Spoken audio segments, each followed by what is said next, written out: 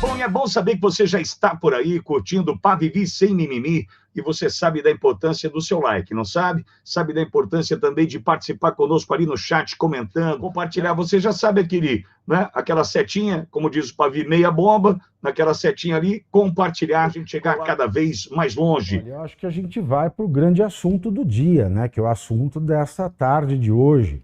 Exato, Moraes, né? Mandou soltar Mauro Cid, preso após os áudios com críticas ao ministro.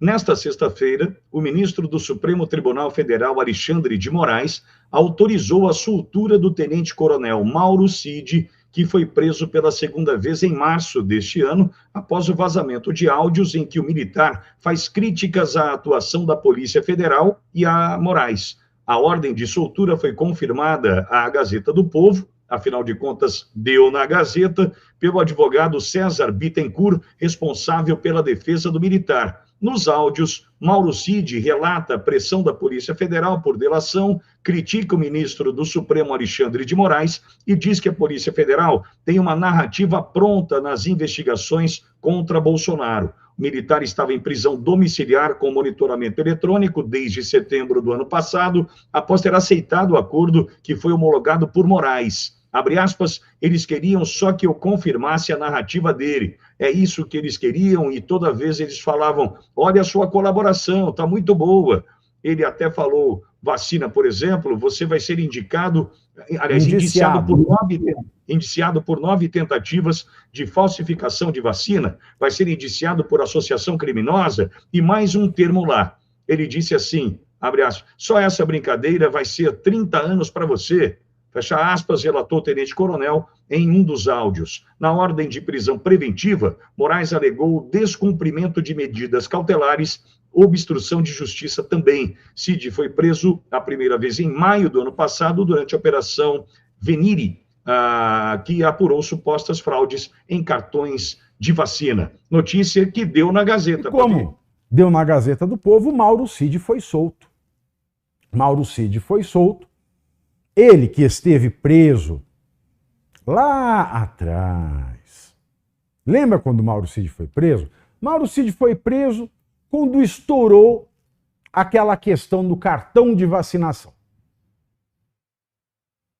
Descobriu-se que lá, no subúrbio do Rio de Janeiro, Mauro Cid falou com fulano, que era amigo de fulano, que era irmão do deputado em Brasília, que era irmão ou primo do prefeito desse subúrbio do Rio, e ele falsificou carteiras de vacinação para ele, as filhas, para o ex-presidente Jair Bolsonaro, para a filha Laura e para a primeira-dama, eu não lembro, mas eu acho que foi.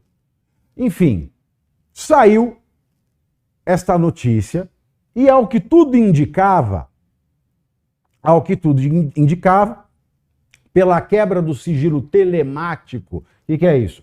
Pegaram mensagens de WhatsApp e o Mauro Cid, de fato, negociava carteiras de falsificação, carteiras de vacinação falsificada.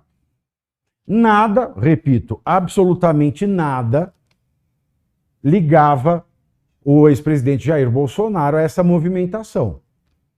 Nenhuma mensagem, nenhuma ligação, nenhuma ordem do presidente. Mas o Mauro Cid, nós encontramos muitas mensagens sobre esta questão da carteira. Bom, o que acontece, portanto? Nós temos aí a materialidade. É provável que Mauro Cid tenha mandado falsificar carteiras. Legal. Tem a materialidade. Ele provavelmente cometeu esse crime. Mas aí Mauro Cid, por ordem do ministro Alexandre de Moraes, foi mandado para a prisão preventiva. E esse é o problema, porque mesmo que o Mauro Cid tenha contra ele o chamado fumus comissi delicti, a fumaça de ter cometido esse crime, mesmo que a materialidade pese contra o Mauro Cid, mesmo que seja muito provável que ele tenha de fato cometido esses crimes, porque falsificar carteira de vacinação e inserir em base de dados oficial engloba vários crimes. Mas mesmo que tudo pese contra o Mauro Cid, não é o caso de prisão preventiva. Mauro Cid não poderia ter sido preso preventivamente. Por que foi? Porque o presidente do TSE, que é ministro do STF, que é o Alexandre de Moraes, não respeita a lei. Por que o Mauro Cid foi preso? Porque o Alexandre de Moraes está cagando para o Estado Democrático de Direito. Ai, que palavra feia. Está. Com base em que eu afirmo isso? Eu afirmo isso com base na lei. O que diz a lei? A lei, que no caso é o Código de Processo Penal, que nos informa que a prisão preventiva, porque existem 4 formas de prisão. Uma civil, que é da pensão alimentícia, que não está no Código de Processo Penal. E outras 3 prisões que estão no Código de Processo Penal,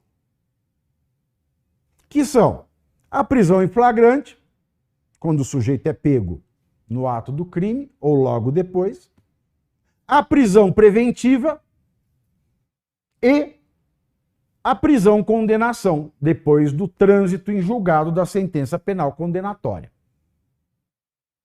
Flagrante é quando a pessoa é pega no ato do crime, com a boca na botija. Ou quando a pessoa é pega no ato, foge e é pega na perseguição.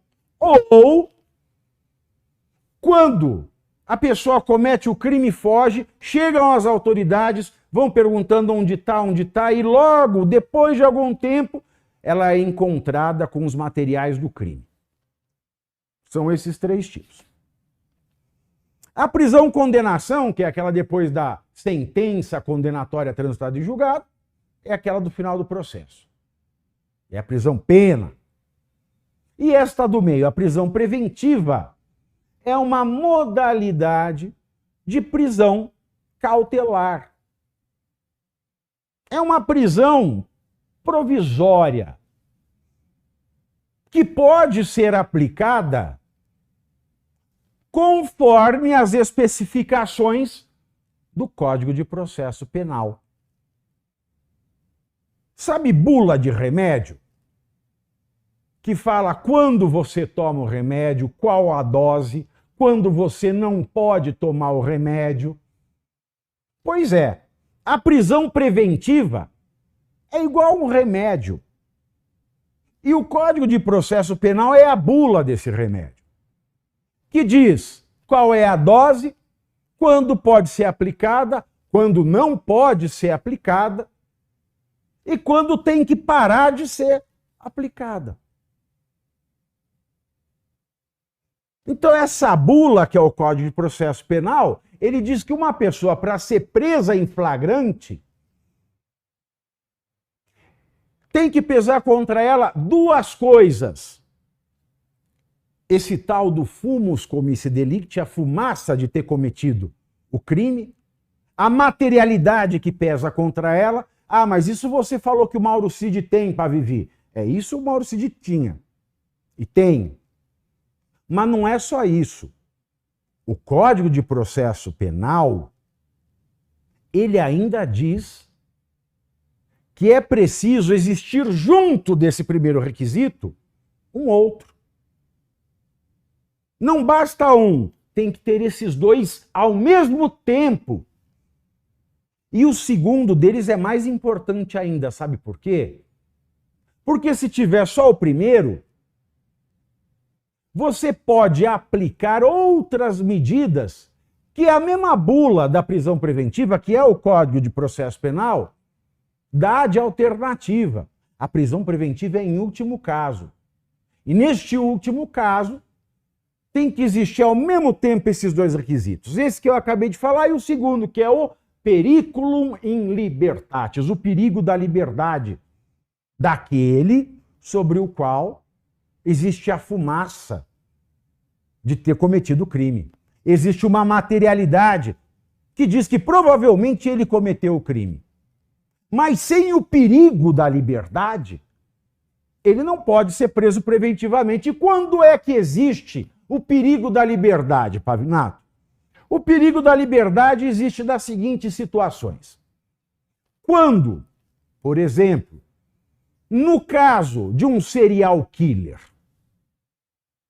nós temos a materialidade de vários assassinatos que ele cometeu, de traços psicopáticos com assinatura de assassinato, troféus que ele guarda, identidade da vítima. Então a gente sabe que existe o perigo da liberdade. Se nós deixarmos solto este monstro, ele vai voltar a assassinar. Mas não é só isso. O perigo da liberdade também está no perigo de fuga. A pessoa ela tem avião privado, ela é uma pessoa muito bem conectada com milionários, para ela é fácil tomar o rumo e ir embora. Se essa pessoa não tem família, não tem endereço fixo, ela pode fugir. Ou, se ela permanecer solta, ela é uma pessoa tão poderosa que ela vai prejudicar o curso da investigação. Ela vai ligar para uma autoridade, para um delegado, para alguém, e vai frustrar a investigação processual, de maneira que não vão conseguir reunir elementos para que o processo possa contar a verdade. No caso do Mauro Cid, existiam os elementos que diziam, e que ainda dizem, olha, provavelmente ele cometeu esse crime, mas nunca existiu o periculum in libertatis. Ele tem família, tem endereço fixo, não é mais uma autoridade, não tem condições de atrapalhar o curso das investigações, até mesmo porque as provas que encontraram já o enredam nesse crime. São bastante insuficientes para condená-lo. De maneira que não tem muito mais o que investigar. E ele também, se tivesse mais o que investigar, não tem poder nenhum para atrapalhar a investigação.